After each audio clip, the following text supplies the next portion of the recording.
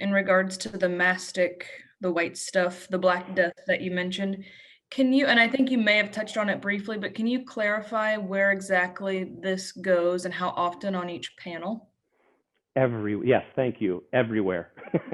That's the easiest answer. When you look at our construction manual, it shows in most places it's going to show three stripes of or and it's going to go between every panel. Anytime there's a joint, so it's going to go, under the panel at the bottom. It's going to go between the panels here.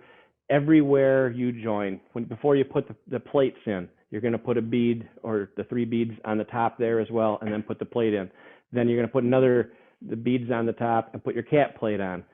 So anywhere there's a joint that moisture or air could infiltrate, we want to make sure we have a sealant. And the easiest way to think about that and to really appreciate where you want it is by picturing that sealant as a gasket.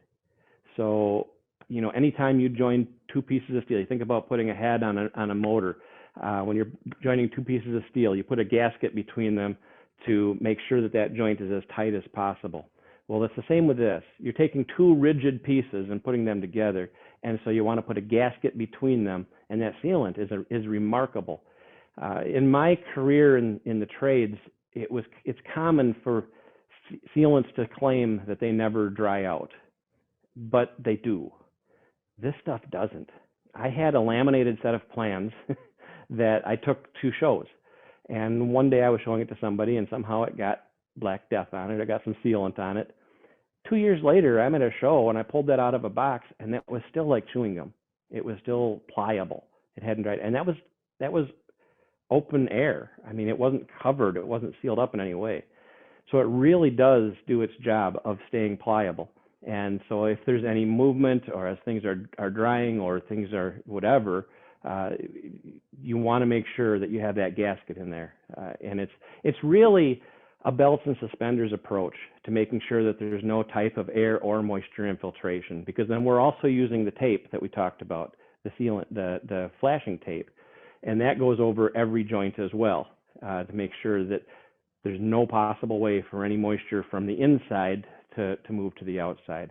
I think we talked in an earlier broadcast about different locations and how down south in the southern states, you might put the tape on the outside. In the northern climates, we put the tape on the inside because the moisture tends to be on the inside driving out. And so it's all about making sure moisture stays where it's supposed to be and doesn't get where it's not supposed to be. That's really what you're after. And that's both with the sealant and with the flashing tape. So I hope that answers your question.